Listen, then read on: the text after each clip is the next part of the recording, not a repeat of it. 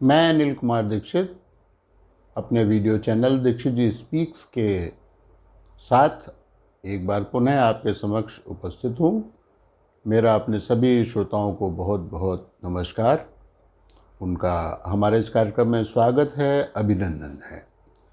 आज है 16 मई सन 2021 और दिन है रविवार। आज का विषय प्रारंभ करने से पहले आज का कार्यक्रम शुरू करने से पहले हम एक बार आपसे रिक्वेस्ट कर लें कि कृपया हमारे इस वीडियो चैनल को ज़्यादा से ज़्यादा सब्सक्राइब कराएं और ज़्यादा से ज़्यादा प्रचार करवाने का प्रयास करें, जिससे कि हम अपने और ज़्यादा से ज़्यादा सुझाव हमारे पास आएँ, जिससे कि हम अपने वीडियो की गुणवत्ता को अच्छा से अच्छा बना सकें। तो हम अपना प्रोग्राम शुरू करते हैं। आज का जो हमारा विषय है वो ये है कि आए दिन हम लोग आए दिन समाचार पत्रों में पढ़ते हैं कि इज़राइल और फ़लस्तीनियों के बीच में कुछ युद्ध चल रहा है, लेकिन इस युद्ध की असली वजह क्या है,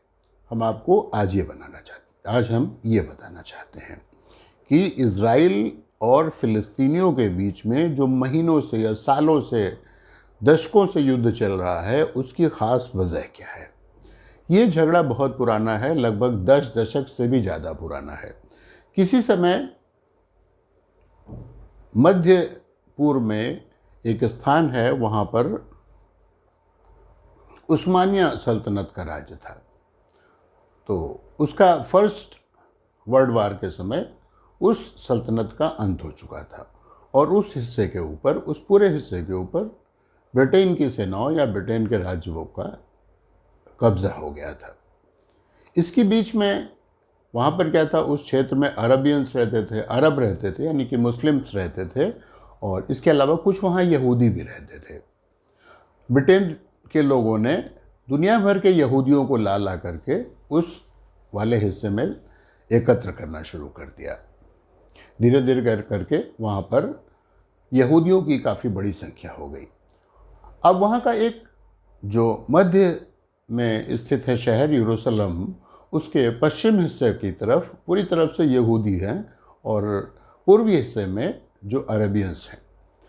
बाद में क्या हुआ कि इसके ऊपर कई वार्ताएं चलती रहीं, लड़ाई होती रही, ये होता रहा, बातचीत होती रही।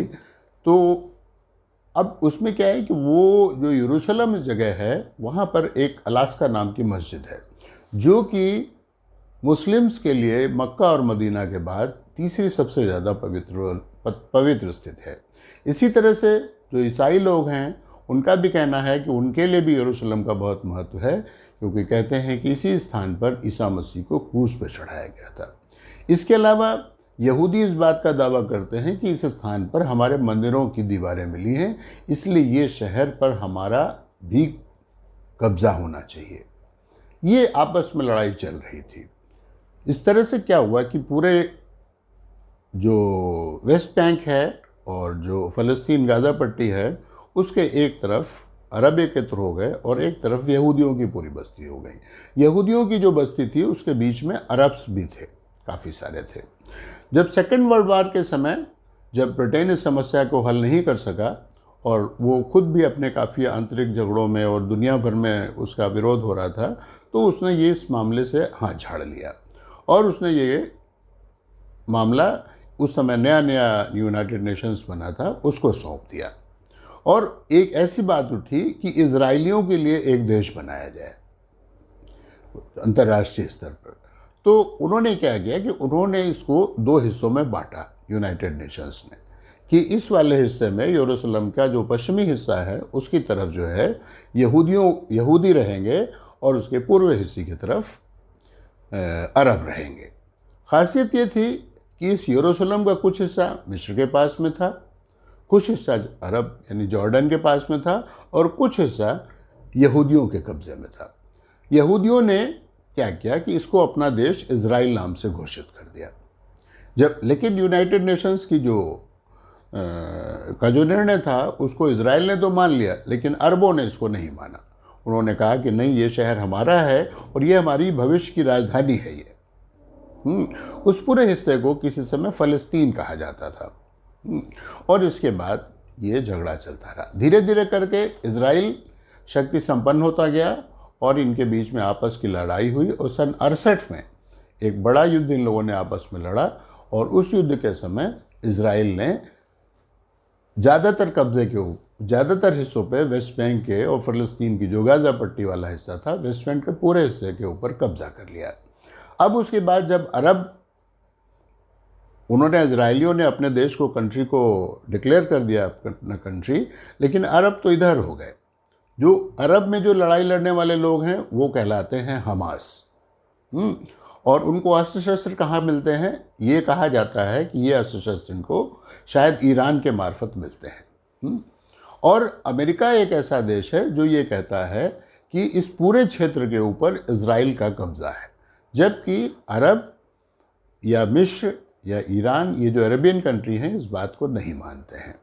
अब इस समय क्या है कि बहुत सारे अरब जो हैं इजराइलियों के हिस्से में, यानी कि जिस हिस्से में यहूदी हैं उसमें फंसे हुए हैं, उनके साथ ये लोग आंतरिक रूप से हिंसा करते हैं और मारकाट भी करते हैं। अब हमास भी जो है, हमास जो गाज़ा पट्टी है, गाज़ा पट्टी का हिस्सा हमास के पास में है, वो इसके लिए बराबर लड़ाई लड़ता रहता है। और इसके बीच में इनकी कई सारी जो थी वार्ताएं हुई हैं। अमेरिका ने इसमें बहुत इंटरफेरेंस करने की कोशिश की है। ट्रंप ने भी एक समझौता बनाया था, लेकिन उन्होंने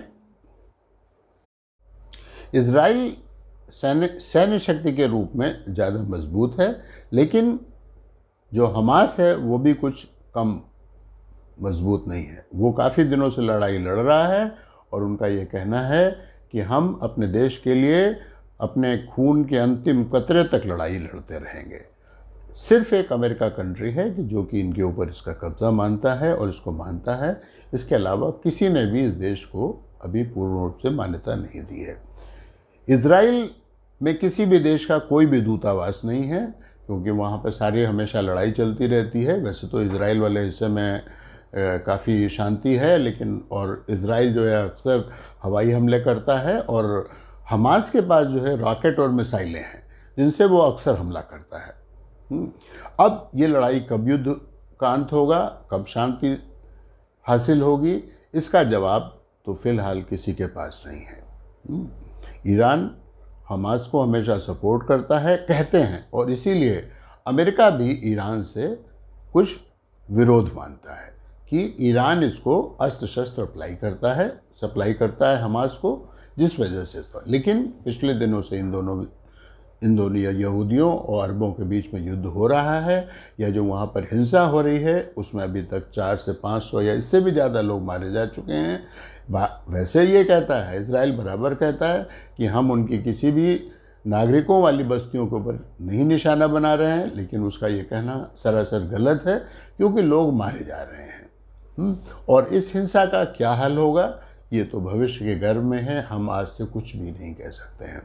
तो हमारा ये आपने आपको बताया, ये बताइए कि जानकारी आपको कैसी लगी, और इसी तरह से हम आगे भी आपको वीडियो बनाते रहेंगे। एक दफ़े आपसे फिर रिक्वेस्ट करेंगे कि आप हमारे वीडियो को सब्सक्राइब कीजिए। अगर पसंद आए तो अपने मित्रों, रिश्तेदारों, अपने फैमिली मेम्बर्स से सब्सक्राइब करने को कहें, और अपने सुझाव और यदि कोई शिकायत हो तो उससे भी हमको परिचित कराएं। तो ठीक है, अब आप मुझे विदा दीजिए। नमस्कार।